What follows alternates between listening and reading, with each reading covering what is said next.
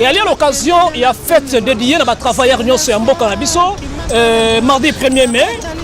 Et ça pour la batamisala, batamisala basala misala ko la biso ba mécanicien, biso bateki yanguba, biso bateki ya makasu, biso batapusu, ina yo musala pesa oni.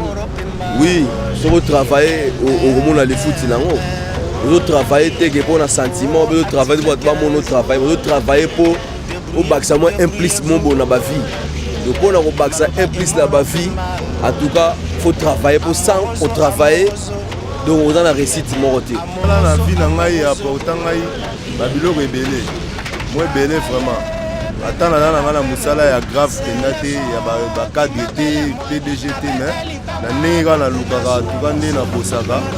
Na mona moi na zangaka o isa posa na ngai te quoi. Donc musala pesa mbelanga pesa ke bola mo belé bola mo belé nasala mosala na beta libanga pote na zwa mosolo na motoki na ngai to na yo ndo osili futa mosala ya soni ezalaka te kala inga kala technique nzembo wana eyemba ndenge na motoki nde bosili futa po vivre yo lukaka débrouiller